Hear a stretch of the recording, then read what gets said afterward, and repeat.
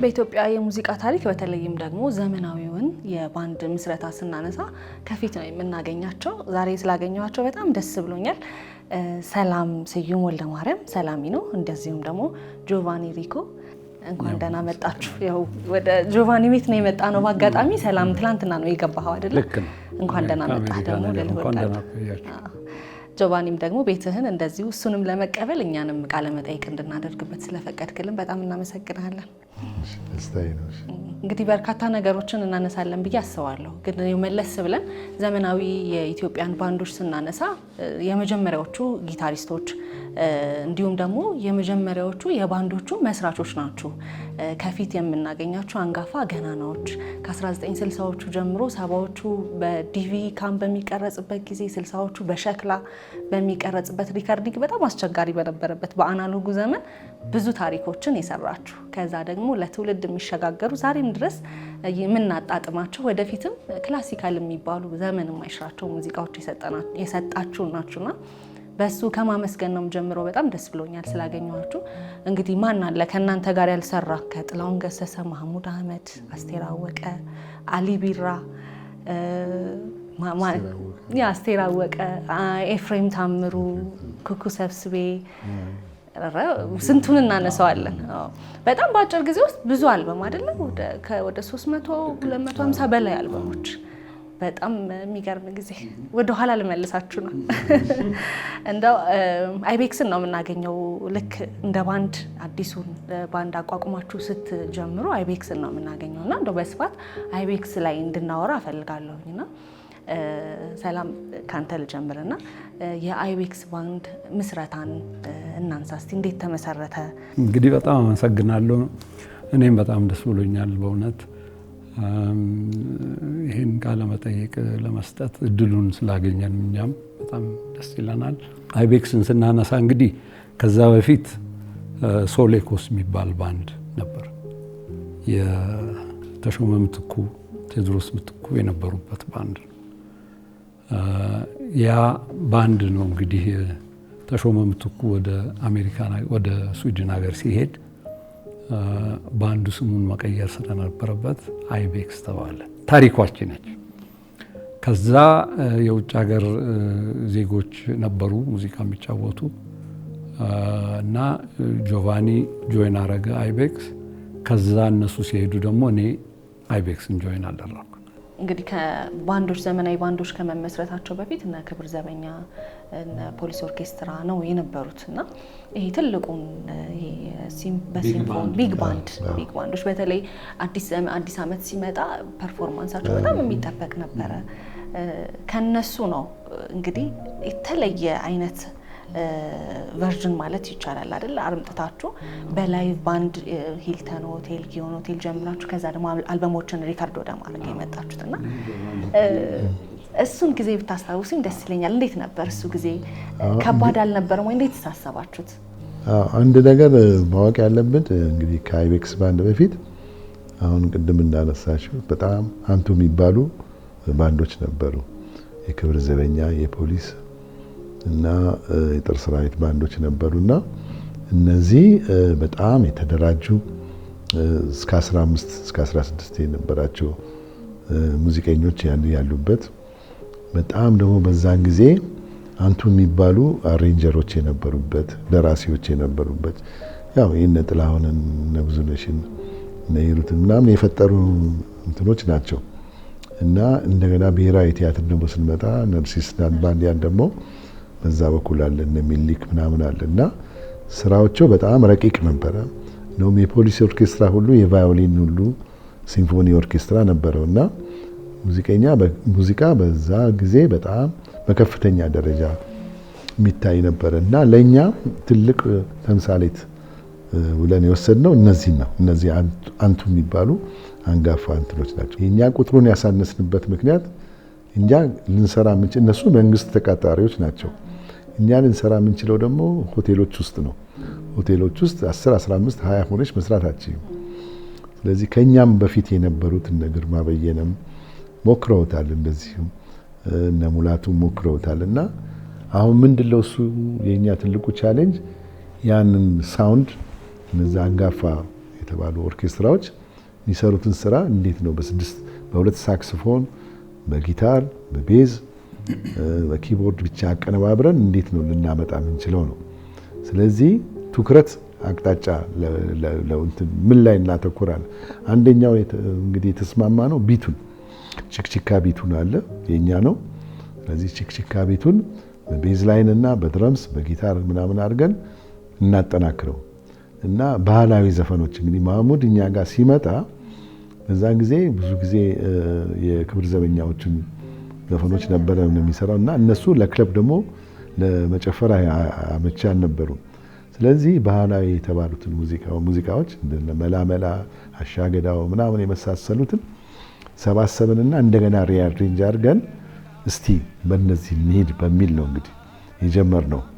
ስለዚህ ቻሌንጁ ሰው እዛ ያዳመጠውና እኛ ጋር ደግሞ ሲመጣ ደግሞ በሌላ መልኩ ሲያዳምጠው ትኩረቱን የሳብነው እኛ በምንድነው እሱ በቢቱ እና በቅንብሩ ነው እንግዲህ እና መጀመሪያ ላይ ትልቅ ቻሌንጅ ነበረ። ምክንያቱም ሰው በእይታ እንኳን አቅም እንኳን ሲታይ ኦርኬስትራው እዛ ተደርድሮ 12 15 ሰዎች ተደርድሮ እና እንደገና ደግሞ እኛን ደግሞ ስታይ ደግሞ 6 ገና ልጆች ነን ደግሞ አሁን እነዚህ ሰዎች ምን ሊሰሩ ነው የሚል ነገር ነበረ።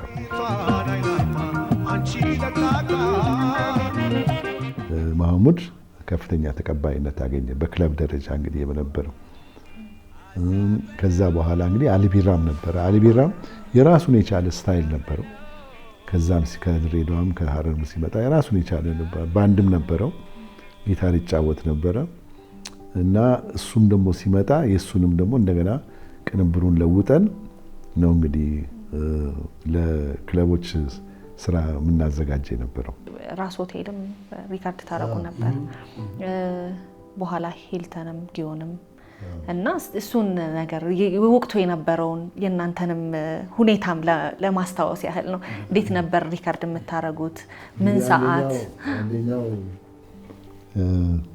ወደኋላ ስታስቢው ያው የምንጠቀመው አናሎግ ነው። አናሎግ ማለት እንግዲህ እንደወረደ የሚቀዳበት ዘመን ነው እና አንደኛውም እንደውም በእኔ በኩል እኔ በጥሩ መልኩ ማየው የአሁኑን ቴክኖሎጂ አለማወቃችንም ለኛ ጠቅሞናል። ነገሩ ቴክኖሎጂ በዛን ጊዜም እኛም ምን አይነት ቴክኖሎጂ በዓለም ውስጥ እንዳለ ሄደን ስላላየ ነው ምን እንዳለ አናቅም። እኛም ይመስለን ዝም ብሎ በአንድ ማይክሮፎን ይቀዳል በቃ አለቀ፣ እንደዛ ነበር ይመስለን። ነገር ግን አሁን የመጀመሪያውን የማህሙድን ሸክላ እስቲ እንቅዳው ብለን መላመላ የሚለውን አልበም የት እንቅዳው ብለን ራስ ሆቴል ነበር። እንግዲህ ራስ ሆቴል ችግሩ መንገድ ዳር ነው ያለው።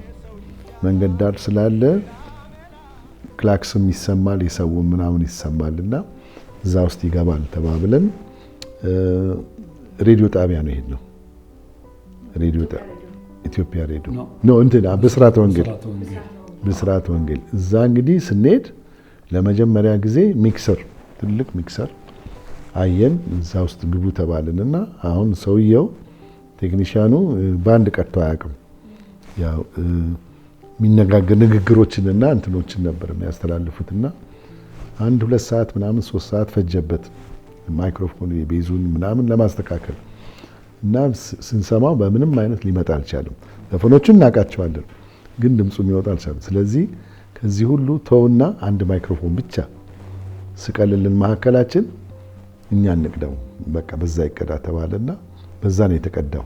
የሚቀጥለውን ደግሞ ኢትዮጵያ ሬዲዮ ጣቢያ እዛ እርማት ነው የሄድነው። እዛ እርማት ነበር ተሳስቶ የተሳሳተውን እስቲ ንገራቸው እስቲ።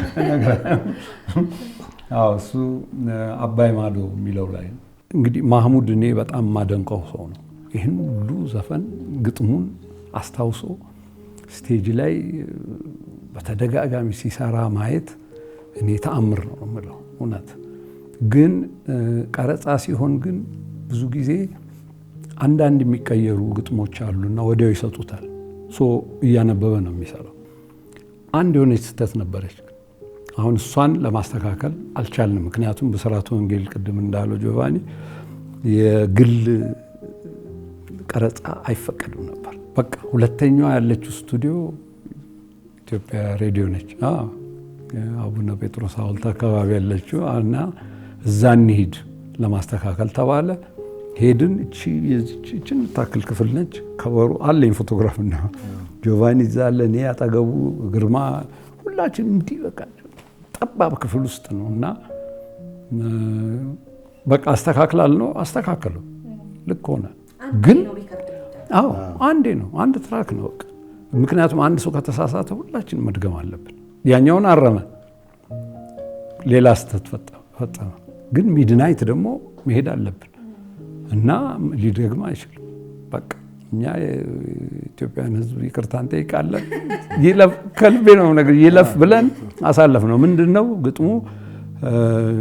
ልጆቹም ይላሉ አለንሽ እማማ በፊናቸው ሄዱ እንጨቱን ለቀማ ነው እንግዲህ ማለት ያለበት እና እሱ ልጆቹም በፊናቸው ሄዱ እንቅቁን ቀለማ ብሎ እንዳለፈ አሁን ብታዳምጪ እሷ ነች እንቅቁን ለቀማ ነች። አንድ እንደዚህ የሙዚቃ ውይይት የሚደረግበት ቃለ መጠይቅ ላይ ስሰማ ነውና እንግዲህ ሁላችሁም ባክግራውንዳችሁ የትምህርት ሁኔታችሁ የተለያየ ነው እና ሙዚቃ የተማረ ሰው ያለ አይመስለኝም ማለት ካልተሳሳትኩኝ። ሁለታችን አልተማርንም።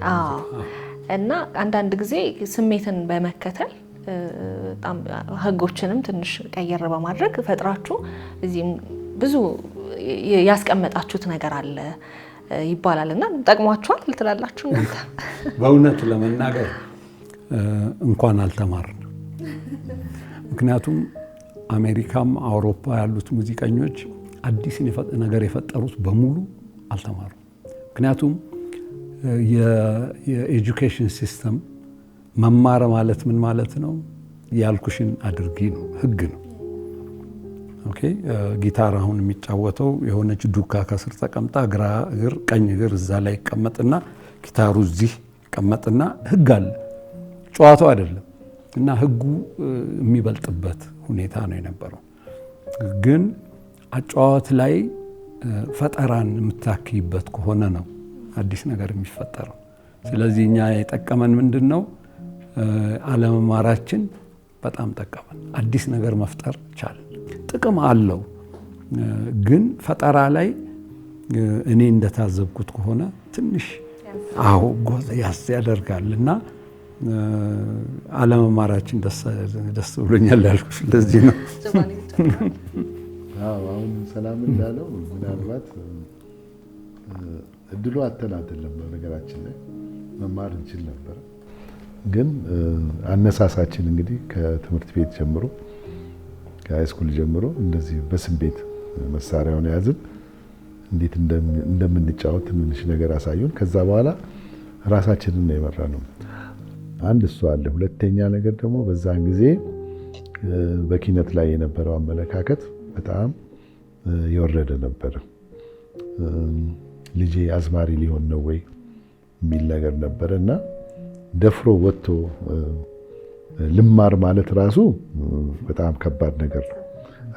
ቤተሰብንም ለመጠየቅ በጣም አስቸጋሪ ነው። ምናልባት ሳስበው ብንማር ኖሮ አሁን ሰላም እንዳለው የስራችን ውጤት እንደዚህኛው አሁን እንደምታየው አይሆንም ነበር። ሌላ አቅጣጫ፣ ምክንያቱም ገደቦች አሉ። አሁን እኛ እንግዲህ እኔም ሰላምም እንደዚህ አንዳንድ የውጭ ሙዚቀኞች ስናገኝ ጃዝ የት ነው የተማርከው ይላሉ። አይ አልተማርኩኝም። እንዴ ይሄን እኮ የሰራው ስራ የጃዝ እንትን ፈለግ ነው ይላሉ። እንግዲህ ሳላውቀው እዛ ገብቻለሁ። ምናልባት በማዳምጠውና በምንፈኑ እኔ ላይኖቼን በዛ አውጥቼ ሊሆን ይችላል። አዎ በሰማሁትና ከኔ ጋር አዋህጄ ባደረኩት ነገር ነው እና ግን በአጠቃላይ ግን ትምህርት አይጠቅምም አይባልም። ትምህርት በጣም አስፈላጊ ነው። ስለዚህ መማሩ ጥሩ ነው፣ ግን ለእኛ አልገደበንም ነው የምለው። እንደው ሰላም አንተ ከረጅም ዓመት በኋላ ነው የመጣው ኢትዮጵያ። የዛሬ 3 ዓመት አሁን ድጋሚ ነው የመጣው። ጆቫኒ አንተ አለህ እዚህ። እንደው እንደ ትዝታ ያንን ጊዜ የሚያስታውሷችሁ ቦታዎች የትኞቹ ናቸው? ራስ ሆቴል አለ፣ ቅድም ስናነሳው ነበር፣ ሂልተን፣ ጊዮን። የት ነው የሚወስዳችሁ? አይቤክስ ወዴት ነው የሚወስዳችሁ? ሁሉም እንግዲህ የራሱ ታሪክ አለው እና እኔ የሚያስቁትን ፓርቶች ልናገርና ሌላ ፖይንት ደግሞ እሱም ካለ ይጨምራል። ራስ ሆቴል አሁን ልምድ አለን። በራፉ ራስ ሆቴል በራፍ ላይ ሁላችንም ቆመን ጫማችን እዛ ነው የምናስጠርገው። እዛ ነው በቃ ወሬውም ምኑም ስለ ሁሉም ነገር የሚወራውና ያ የማይረሳ ነገር ነው። አሁን ጭንቅላት በራስ ሆቴልም በኩል ሳልፍ ያ ነገር በቃ ወዲያው ነው የሚመጣው። ግን ከዛ በላይ ምንድነው እዛ ቁጭ ብለን የራስ ሆቴል ተሽከርካሪ በር ነው የነበረው እና መሳቅ ነው ስራችን። አንዳንዱ 3 ምናምን ሆኖ ይገባሉ፣ ጓ በሩ ይቆማል ምናምን ከት ብሎ መሳቅ ነው እና የራስ ሆቴል የራሷ የሆነ ድባብ ነበራት። አዎ ከዛ በኋላ ደግሞ ጊዮን በፕራክቲካሊ ለኛ ምቹ የሆነ ስቱዲዮ ሞታውን ታውቂ ይሆናል። ሞታውን የዲትሮይት ልክ በሞታውን ደረጃ እንደ ብስኩት ምርት ካሴት የምናወጣበት ብቻዋን ነች። ቤቷ በራችንን ቆልፈን እንደፈለግን ነው የምናደርገው እና አጭዋችሁ የሚል የለ፣ ከሆቴሉ ጋር የሚገናኝ ነገር የለውም እና ጊዮን ወዝ የኛ ሞታው ራስ ሆቴል። በነገራችን ላይ በዛን ጊዜ ሲመጣ በንጉሱ ጊዜ መግቢያው ጋር ወንዶች ከረባት ካላደረጉ መግባት አይችሉም። ስለዚህ ከረባት ከሌላቸው 2 ብር ከፍለው ይከራዩና እሱን አድርገው ነው የሚገቡት እንግዲህ እና ወግና ስነ ስርዓት ነበረው። እዛም ቁጭ ካሉ በኋላ ለዳንስም ሲነሱ ከሴት ጓደኞቻቸው ጋር ዝም ብሎ ነይ እንጨፍር ሳይሆን ተነስቶ ጎንበስ ብሎ ነው የሚያስጨፍረው። ከዛ በኋላ ደግሞ መልሶ ወንበር ስቦ ቁጭ ያደርግላታል እና ይሄን ስታየው ለሴቶች የነበረው ከፍተኛ ክብር፣ ወግና ስነ ስርዓት ነበረው ጠቅላላ በሙሉ ነገሩ። ልክ አሁን አብዮት ፈንድቶ ከዛ በኋላ ጠቅላላ የነበረው አትሞስፌር ተለወጠ። አንደኛ ነገር ከረባት አድርጎ መደነስ አዳሪነት ተባለ። ጆሊ ጃክ ሆነ እንግዲህ ጸጉርም ጨብረራም ሆነ አለባበስም ያቺ ካኪ አብዮታዊ አለባበስ ነበረ። እኛም እንግዲህ እየለመድነው ሄድን እንግዲህ እና አንዳንድ ጊዜ ካድሬዎች ይዞራሉ እና የሚፈልጉት ሰው ካለ ያን ጊዜ በኢህአፓ ምናምን ጊዜ ስለነበረ ክለብ ውስጥ ይገቡና መብራት ይብራ ይባላል፣ ሙዚቃው ይቆማል። ከዛ በኋላ ገብተው ዞር ዞር ብለው ያዩዋሉ። የሚፈልጉትን 1-2 ሰው ካለ ይዘው ከመውጣታቸው በፊት አንድ ጊዜ ጓዶች መፈክር እንልና ወደ ትውልድ ይላል ይባላል። አዎ ማይክሮፎን ጋር ይመጣ፣ ማይክሮፎኑን ይይዝና ከዛ በኋላ መፈክሮችን ይደረድራል። ሰው ሁሉ ይውደም ምናምን ይላል። ከዛ በኋላ ዞር ይልና እኛን ያዩና የኢምፔሪያሊስት ሙዚቃ የሚጫወቱ ይውደሙ ስንል እኛም ራሳችን ይውደሙ ማለት አለብን። እና የሚያስቀው ነገር ምንድነው እሱ እዚህ ላይ የማይረሳኝ ያንን ይውደሙ ካለ በኋላ ኢምፔሪያሊስት ልክ ሲወርድ የጄምስ ብራውንን ነበር የምንሰራውና እሱም እየጨፈረ ክላሽንኮቭን እየያዘ ወደዛ ይሄዳል። ለእናት ሀገር ጥሪ ለምናምን በሚሆንበት ጊዜ እኛን ብሎ መሐሙድን ብሎ አልቢራን ብሎ ይመጡ ስላሉ የኛን አስተዋጽኦ ይፈለግ ነበርና በዛም ደግሞ ደስ ብሎን ደግሞ እንሳተፍ ነበር። አዎ እኔ እናንተን እንደ አይቤክስ እንደገና እንደ ሮሃ ባንድም ሳቃችሁ በጣም የሚመጣው ፊት ለፊቴ አንድ ፎቶ አለ። የሂልተን መግቢያው አሉ። የሂልተን ነው አወቅኳት በቃ። እና ያው ጆቫኒም ጎፈሬውን አድርገው እንዳሁን አይደለም። አንተም በጎፈሬ ጺማችሁ፣ አለባበሳችሁ በጣም ይገርም ነበር። አስታውሱኝ በምን አጋጣሚ የተነሳችሁት ፎቶውን? ያው ለማስታወቂያ ተብሎ ነው። ግን ከስር መሰረቱ ከአይቤክስም ስንጀምር ትልቁ ትኩረት ምንድነው? እሱ ራሳችንን ማክበር አለብን። ራሳችን ስናከብር ሰው ደግሞ ያከብረናል በሚል ነውና ስለዚህ አንደኛ ዲሲፕሊን ላይ ትልቅ እንትን ነበረን መመሪያ ነበረን። በዛ ላይ ደግሞ አለባበስ ደግሞ ከአዳማጩ የበለጠ ወይም እኩል ደረጃ እኛም ደግሞ መታየት አለብን። በጣም ነበር የምታምሩት ለማለት ፈልጌ ነው። የሂልተን እንትን የተሾመ ወልዴ የመጀመሪያው ቀረጻ ነው። ሮሃ ባንድ በተሾመ ወልዴ ነው የጀመረው እና ታምሬ ማራቱ ሙዚቃ ቤት እሱም ከኛ ጋር ነበር።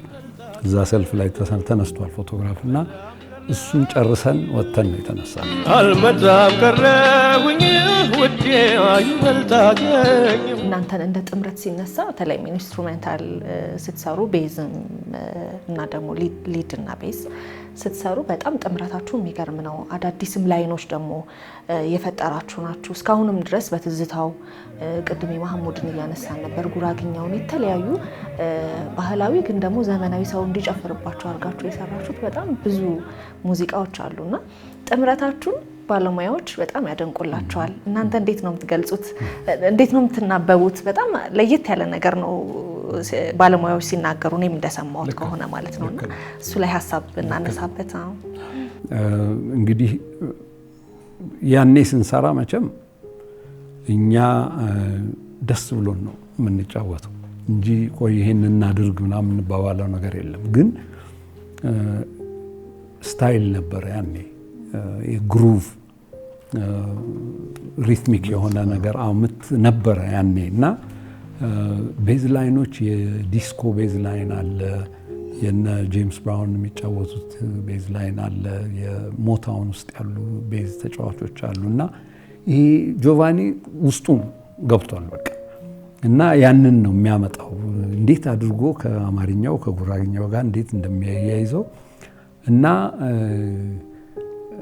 እኔንም ኢንስፓየር ያደርገኛል። እኔም ደግሞ የማዳምጣቸው አሉ የሪትም ሴክሽን ሜሎዲ እና መሀል ላይ አንዳንድ ነገር አዲስ ነገር የመፍጠር ነገር ያንን ነገር እያደረግን እርስ በርስ ለምን ይሄን አትቀየሩም ለምን እንደ ድሮ አይሆንም የሚል ነገር የለም። ለአዲስ ነገር ክፍት ነን ሁላችን። አንድ ነገር ሲጀመር አብረን ነው የምንሰራው። አሁን ወደ ጆቫኒ ስንመጣ አይቤክስ እና ሮሃ ላይ ዋናው መሰረት የኛ ውህደት ሆነ። ምክንያቱም በኋላ ነው ያየነው ቀረጻው ላይ እያማረ ሲሄድ እንደገና እሱን እየደገምን እያስተካከልን እየሄድን ነው የሆነው እንጂ ተነጋግረን አንተ የናርግ እየተባባልን አይደለም። ጥምረታችን እንግዲህ ምንድነው ነው ቅድም ሰላም እንደገለጸው አንደኛ ባንድ ውስጥ ነፃነቱ ነው። ሁሉም የራሱን ክህሎት የራሱን ፈተና የማክበር መጀመሪያ ነገር እንግዲህ ሰላም አንድ አይነት አጫወት ይጫወታል። እሱ ሲጫወት እሱን ባልሸፍርበት እኔ ደግሞ ቀዳዳ አግኝቼ እንዴት አድርጌ ነው የምሞላው የሚለውን ነገር የመስራት እንግዲህ ይሄ የሚመጣው አብረሽ ትበያለሽ፣ አብረሽ ትያለሽ፣ አብረሽ ትያለሽ። እንግዲህ ሳምንቱን በሙሉ አንድ ላይ ነው እንግዲህ ያለ ነው። ስለዚህ አንድ ደረጃ ላይ ስትደርሺ ንግግርም አያስፈልግም። እንደዚህ በመተያየት በመደማመጥ የት አቅጣጫ እንደሚሄድ እኔ አውቃለሁ። አሁን ለምሳሌ ሰላም ሲጫወት እሱም ደግሞ እኔን ያውቃል። ስለዚህ ቀላል በቃ ወንዝ ዝም ብሎ ውሃው እንደሚፈሳል አይደለም፣ በእንደዛ አይነት ነገር ነው የሚሄደው። እንግዲህ እንትኑ ሙዚቃውን የምንጨምር